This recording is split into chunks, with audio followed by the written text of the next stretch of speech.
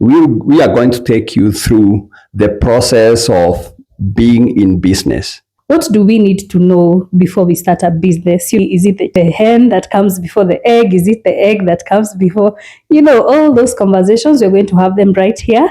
Stay tuned. It's going to be an amazing one. This is episode 3 for our audience. I wanted to take this chance to welcome you back. My name is Lena Wanjiko Mirore. This is a dad and daughter conversation, but it's also called Lead Yourself Conversations.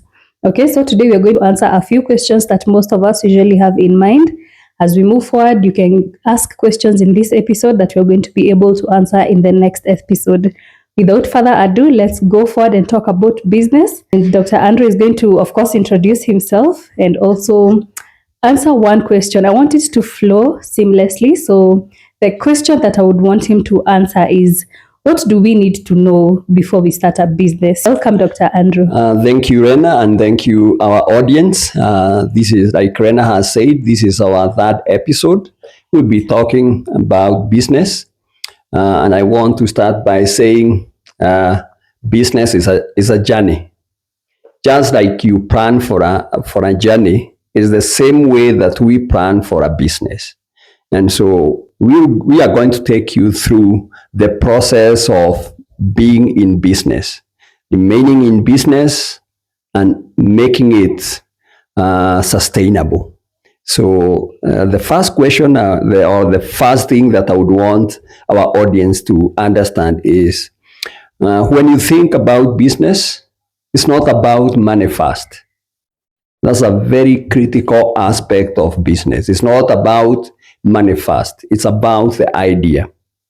Remember, I've always said that one of the most critical resource to a business is your brain. It's not even money. It's your brain that actually brings about great ideas that turns into a business. So actually, you don't start with the money, because when you have the money, any idea looks great. But when you don't have money and you are thinking about several options to a business, it gives you time to filter through several ideas that you have. Eventually, when you settle on one, it is going to be one that you have thought through, one that you have actually understood every step of your journey. Like we have said, business is a journey. So when you have time to filter through your ideas, it's the best thing in a business, because it is going to allow you to plan every step into your business. And so that's the first thing I would want our audience to know, that you don't start with the money first. Like many people will say, I'll think about the type of business I would want to engage in when I have money. It should be idea should inform you of the amount of money you need. When you have a super good idea, it's going to help you understand how much do I need to have to invest in my type of an idea. And that is the one that is going to be a better business compared to one that you start because you have money. It's not the idea that is driving you, it's the money in your pocket. Money rarely gives you ideas, but ideas rarely gives you even multiply the money you have, however small. So our conversation is going to be around such things so that we understand, for those that are looking into starting a business, what is it that they need to know at the moment before they can say, now we are at a point where we can start a business, or where I can start a business. So that's what I would want to state first before we can continue. Mm-hmm. Yeah. I like that, because you have mentioned something about your mind. You have to be at a point where your mind is generating ideas, not the money bringing in the ideas. Yeah. I like that you have mentioned that part. And there's a time we were talking and you had mentioned that when you're starting a business, you should also be capable of handling that idea that has come your way. So let's listen and see how we can handle the ideas that are coming in our minds and not letting the money give us the ideas. He has mentioned that with the money, you can have very many ideas to start a business. So let's hear from you. And that's where I always tell our people who are looking to start a business, normally, when you have a great idea, the first thing you need to understand is how much knowledge do I have to be able to handle that idea? And that's where investing in yourself comes in. So, for you to be successful in a business, you have to invest in yourself. Invest in yourself in terms of the knowledge level of the type of business that you want to venture into. Either you are going to go to people who are expert in that area. Alternatively, you might want to enroll into just basic, maybe college, normally not college, but forums that are going to help you advance in terms of your way of thinking, entrepreneur. Like, for example, if you hear of a forum where business people are meeting, that would be the best forum for you to attend, because you are going to meet with people who are already in business and they are sharing about their successes or they are sharing about their challenges. That's a fertile ground for you to invest in yourself, because you'll be in a position to understand other people's mistake that you need to avoid, other people's best business practices that you need to adopt. And so when you go to start your own business, at least you are better off based on the practical experience of people who have been in business before you.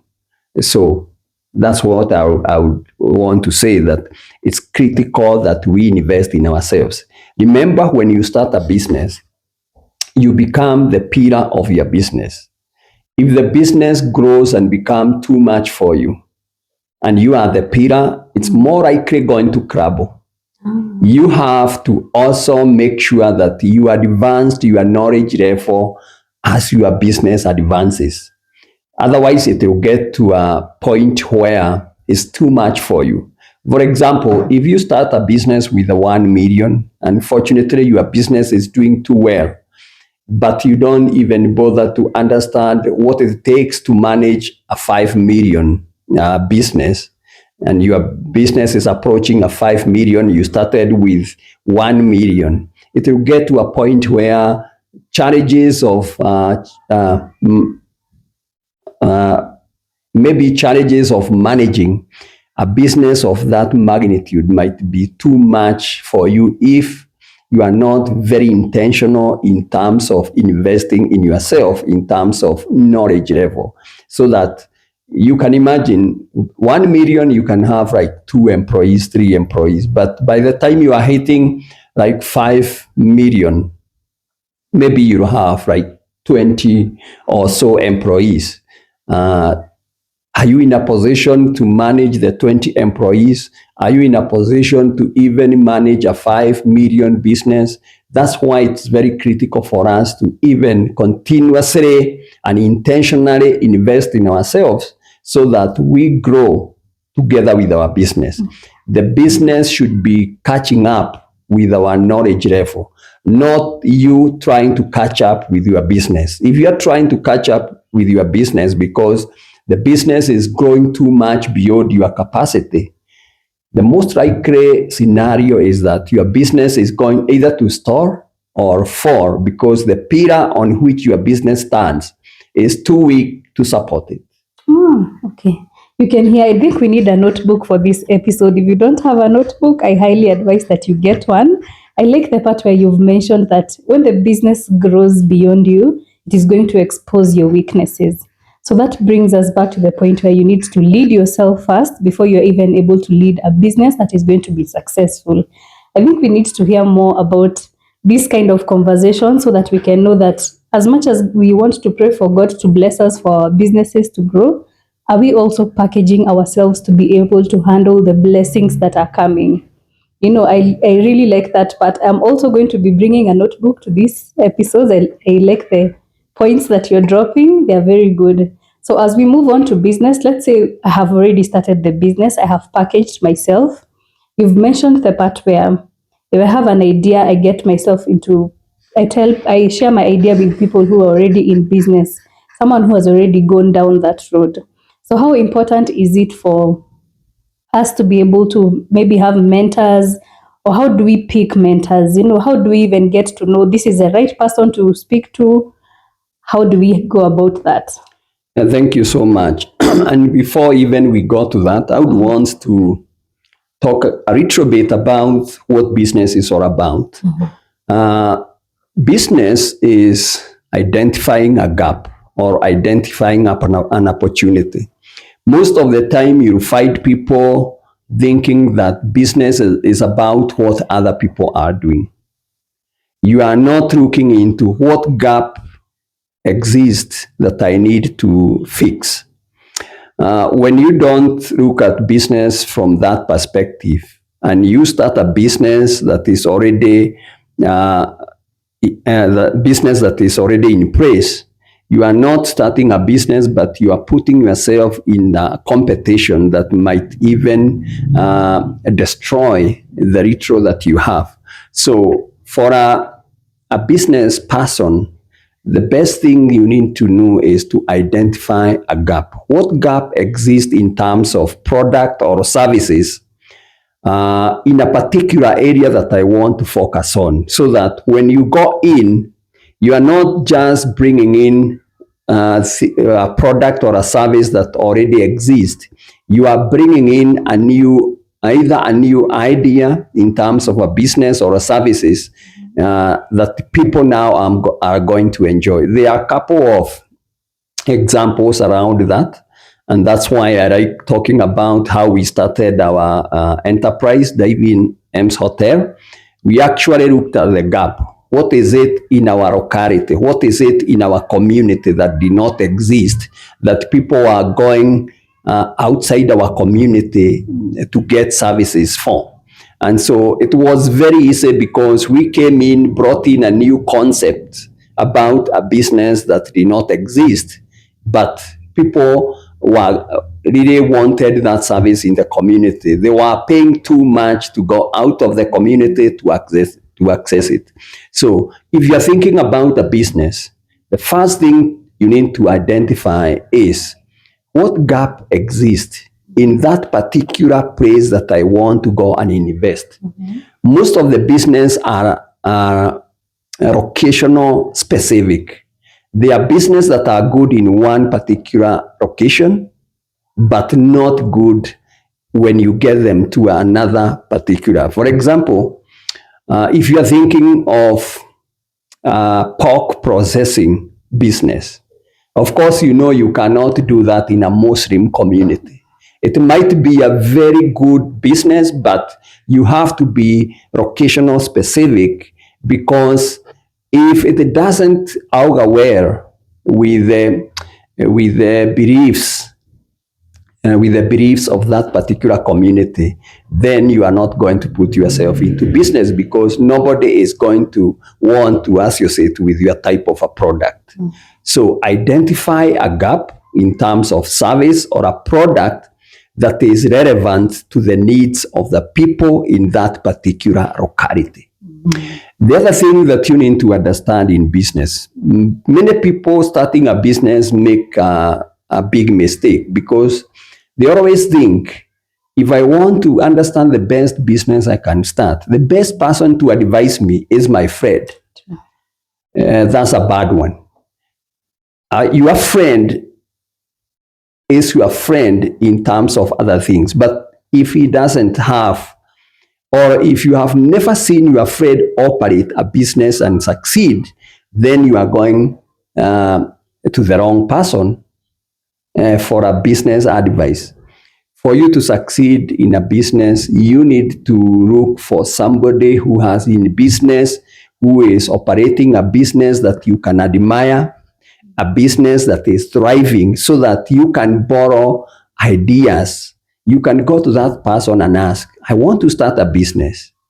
what do you think are the main challenges in relation to the type of business that I would want to start? And that person, because he has his personal practical experience in business, although it might not be specific to a type of an idea, generally that person can share with you some of the ideas that can help you filter through your type of ideas or enrich the ideas that you already have, so that when you start, you start on the right foot. Okay, I really like that part. So that means we don't only need social friends, we also need to have professional friends, or maybe the social friends that you can look up to, and then you think this is someone that I can ask for business advice. I think that's the key part to think about. Thank you so much for dropping that gem, because we always think if I have a friend and she's close to me, I can ask her, I want to start a business in this. What do you think? And I have not even seen her start a business. That's a really good point to think and to understand. Thank you so much for dropping that point once more. Let's go forward to, Yep. you've already started a business. I have started the business. It is probably 1 month old or 1 year old. What do I need to do, or what do I need to know so that I can keep the business going, to keep the business thriving? Yeah, one of the most important thing in a business is to understand how to be very reliable.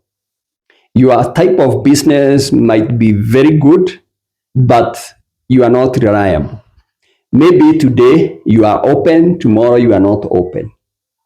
That tells people they cannot come to you because they are not certain when you are open or when you are not open. And that puts you in a bad situation, because although your product is good, you are not reliable. The other thing on reliability is ensuring your type of product is consistently available. It's available today, tomorrow, and always. Otherwise, if your clients are not certain that when they come to your business, they are not going to find their favorite product or service, they have no reason to come to you. So it's very critical for anybody considering to be in business to make sure that they are very reliable. They are reliable in terms of making sure their type of product is always available, and they are reliable in terms of making sure that they are there. Your type of business is open whenever people want to come and get their favorite product, it's going to be there. So that certainty in people help them to always come to your business. It doesn't matter how far your business could be from the people. But if they are sure that when they come to your type of business, they are going to find what they want in terms of quantity and quality, it's going to make sure that is going to help people come even from far away to enjoy your type of services or product, because it guarantees them quality and quantity, and it's not going to fail them in terms of them coming there and finding that it's not available or you are not open. So that's a critical aspect of being in a business, making sure that your business continues to grow and making sure that the people that it was intended to serve continuously continue to be served by your type of a business. Otherwise, if you are not open most of the time, many people will drop off because they will not be very certain whether they should come to you and find it is closed or when you are open. And so that's a critical one. Yeah, and people need to yeah, they understand. need to understand that. I think that's why banks are always open 8 to 5, and when they're not open, they send you a message. They tell you we will not be open on this date. Make sure you get our services before. I like that part. So if you want your business to be serious, it is good that you highly consider being open and let your customers know that you're always open unless you communicate otherwise. Thank you so much for that one. Any other ones that Yeah, we need to know? the other thing I would want to point out is Yeah. when you start a business, especially the product-based business, like a commodity, you need to understand there are types of products or commodities in your business. The money-making product, and the other one is just to retain your customers. One that doesn't really give you a good profit margin, but it continuously draws customer to your business. When you get to understand these two, make sure these two type of products are always available. The money making one, make sure it is there so that whoever needs that type of a product or service will find it there. This other one that is not giving you good amount of money, but it's the fastest moving product, making sure these two products are there. The fast moving product, even though without a good profit margin, make sure it's always there for your customers, because the same customers that are coming for that one will tomorrow come for the money making product, because they have always seen it there, and because you have been reliable, you have most of the items they want. Even when they need that money making product, they will still come to you. So you have to be able to understand those two types of products in your business. The one that is giving you money, the other one that is drawing customers to your business, so that at least you understand how to manage the two. It's all about how you package your business. Package your business in a way that you have a product that brings customers, and you have a product that really gives you business and help you to stay in your business. That too, having that knowledge with you helps a lot, because you'll be able to understand how to manage. You'll be able to understand how to ensure that these two products are always available in your business. Ah, that's a really good one. You need to have the money-making business, a product, Yep. and also the one that brings in the customers. Yep. And the same customers are going to maybe even refer other customers to come and buy the money-making one. I really like that idea. Let's move forward. Yeah. The other thing I would want to point out about business is making sure that quality of your product is not compromised, and making sure that what you promise people is what you deliver. Sometimes some businesses have very good product, but it's not what they promise that they deliver. So along the way, people will actually go to other types of products. So it's always good to understand that people sometimes will not come to your business because you have a cheaper product, but because you have a quality product. There are two types of customers. There are people who will come to your business because you have a product of a lower price, and there are people who are going to come to your business because you have a product of the quality that they want. So you have to understand these two. Make sure that both of your customers are satisfied with the type of a product they want. So when you are stocking, make sure you stock and advise your customers accordingly. Tell them, I have this product, it's of high quality, and it goes for that. And give the opportunity to the customer to make decisions themselves. But point out to them the type of products you have, and based on their financial ability to choose which type of a product they would want to buy. Otherwise, if you don't give them that opportunity, and then somebody might go for the lower quality product and then complain, not knowing that you did not give them that opportunity to actually understand there's a difference between two types of a product. So that's very critical. The other one, which is very critical in people remaining in business, is making sure that they are visible. We call that visibility. always making sure that your product is visible. You give an opportunity to the people to interact with your type of a product. Sometimes I like talking about a soft drink company like Coca-Cola. Coca-Cola is known all over the world, yet they continuously continue to repackage their product. Today they have this type of a packaging, tomorrow they have a new one, and then they are even adding up more flavors. Yet everybody knows about their type of a product. Why do they do that? Because they want to remain visible. Remember, visibility is about how your type of a product excites your customer. Your type of a product might be good, but is it exciting enough to the people that are buying it? And that's why you see most of the companies keep changing the way they package their product. It's the same product, but they keep on changing the way they package or they pack it to be able to excite their target customers. So when you are in a business, even sometimes you go to a supermarket and find they have rearranged the entire supermarket. Today you find food stuff was here, and then tomorrow you go find it there.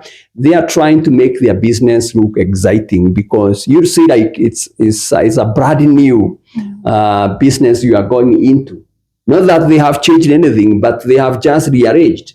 The reasoning behind that is to remain exciting. Things that were behind there, they are brought in front. Those that were on the middle, they are put on the sides. That rearrangement excites people. Even when you go in, it's not the same thing today, tomorrow, and always. Make sure that there is something that actually catches your customer's eye, and that's keep them coming.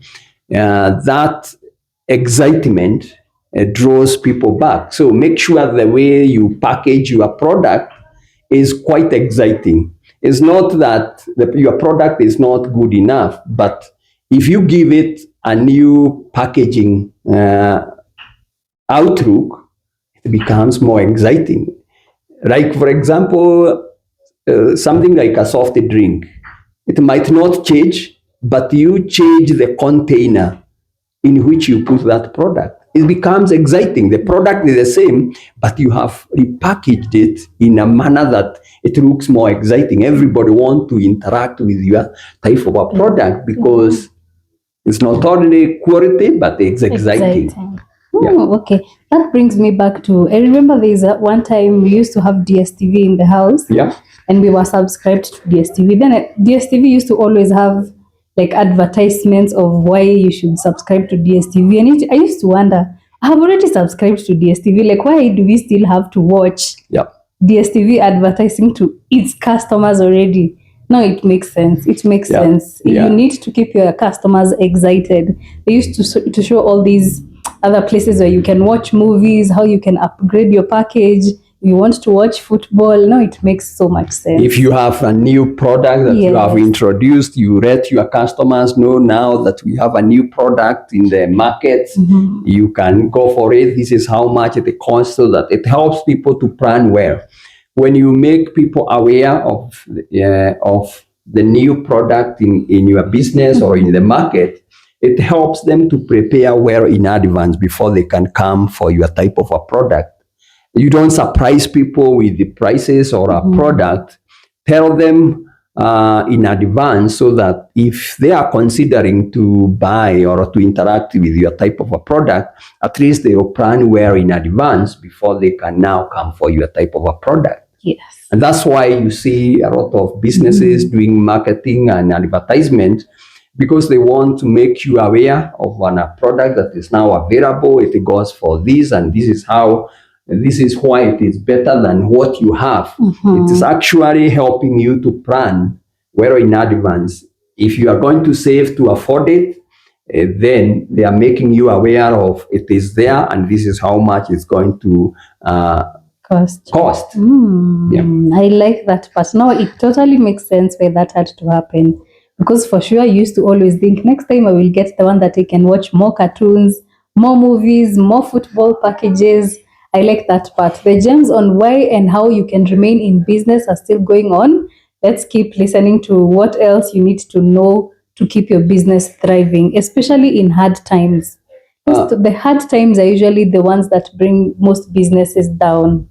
Uh, One of the things that we need to understand to remain in business during the challenging times is not time to panic.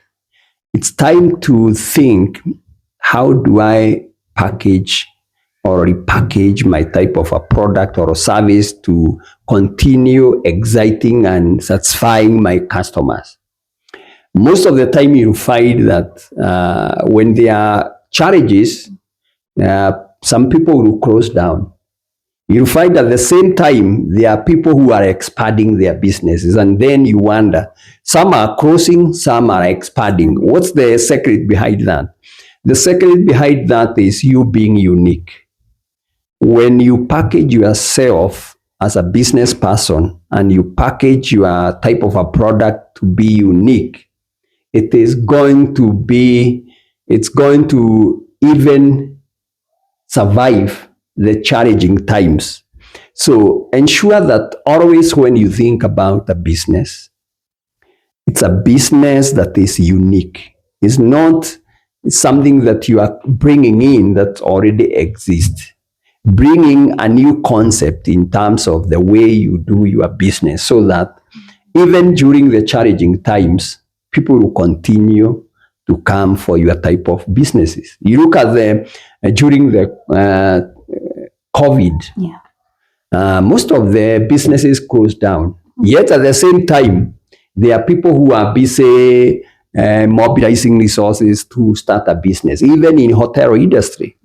The difference is, how do you package yourself so that you survive the hard times?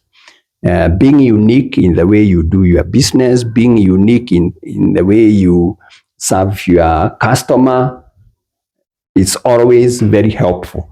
And therefore, sometimes even when you are starting a business, make sure that your type of a business is unique. You are not bringing in a type of a business or a product that already exists. Bringing a unique business, a unique product that is not making you throw yourself in a competitive business world. That one is going to even become a bad step, especially for the new business starters. Because if you are starting a business that is already existing, most likely the people who have been in that type of a business knows more than you do. And so if you are going to show like you are bringing competition, they can easily throw you out, because their type of skills and networks that they have developed over the number of years they have been in business, they can take advantage of that to throw you out of a business. But if you are starting a business that is unique, you are bringing in or you are introducing in a new service or a product, it's like you are building your own empire. You enjoy it because you have not come in to compete with anybody, but you have come in to actually address an existing gap or a need. And therefore, you are almost very sure that your type of a business or your product is going to be embraced. So it's very critical that people get to understand that. You have mentioned something about COVID time and how it changed the business perspective. It has brought me back to a friend of mine who started, she was employed in a salon, but during COVID time, she was able to even earn more money. This is because she also started telling her customers, I can come to your house and I do your hair, I can do your nails. And also within that period of time during COVID, she also started another business. So by the time COVID was over, she was not employed, she was self-employed, and she had already started another business where if she's going to a customer's house, she would bring she would sell like underwear, she would just bring for you some other things and tell you, I'm also selling this. And by the time COVID was over, she had 2 businesses. So it's important when the hard times come, you know how to elevate. It has brought me back to that idea because she learned how to Elevate when everyone was complaining about closing down businesses and how businesses are not doing well, but she actually ended up with 2 new businesses of her own. So I like how you've mentioned that we need to learn how to cope with the hard times in business. Yeah, the final thing I would want to say in relation to our today's conversation is some of the things that make new businesses not succeed. Mostly because people are not able to separate themselves from their business. They see their business as theirs, and therefore they start taking money out of their business first day. They actually don't even allow their businesses to grow. So it's like they allocate like 100,000 to their business, and they expect their business to start paying them back right away. That same day, evening, they'll get money out of their business because they think it's their money. I always remind people that your business and you are completely two different entities. It's like you are owning your business some money. You allow it to grow and get to a point where it is able to repay you back the money you loaned it. And that's why you hear terms in business like break even. Break even is like when you get the money that you gave to your business. At what point have you been able to get the money you gave to your business back? So, in business, the best business practices is where you put money aside, let that money be your business's money, allow it to grow without even taking a coin out of it. Decide at what point you want your business to start paying you back. But remember, although it is your business, you are completely two different entities. Allow it to grow. Make sure that you reinvest back the money it generates on a daily basis. You continue to restock so that your money grows. If you start to get money out of your business the first day, it doesn't give you the opportunity to restock and even to stock in big quantities the type of a product that is fast moving and the type of a product that is money making for your business. You get to a point where you have a type of a product that your customers want, but you do not have money to restock that product because you have taken all the money from your from your business to go do other things. There are times I'll tell people that they are stealing from their business. Sometimes stealing from a business is normally not when you come and find your business has been broken into. It is there could be internal theft when you as the business owner steal from yourself.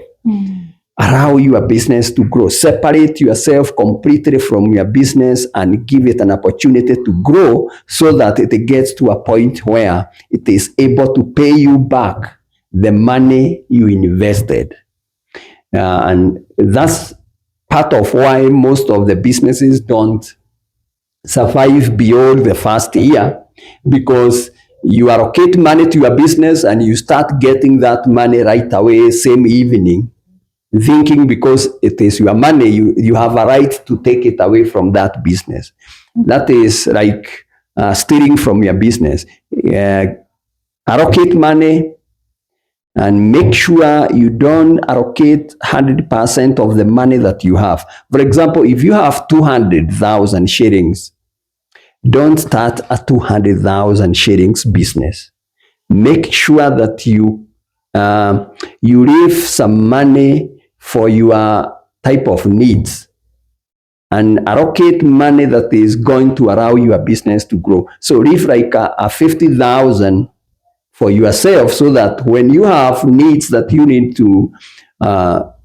to address, you don't go back to the business. You use this money that you have left aside to take care of your type of personal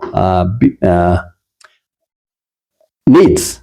Otherwise, your business is not going to grow. Not that it's not doing well, not that you don't have customers, but because you are invading your customers the way you are invading your business in a manner that is not likely to make it grow the way it would normally grow if you don't interfere.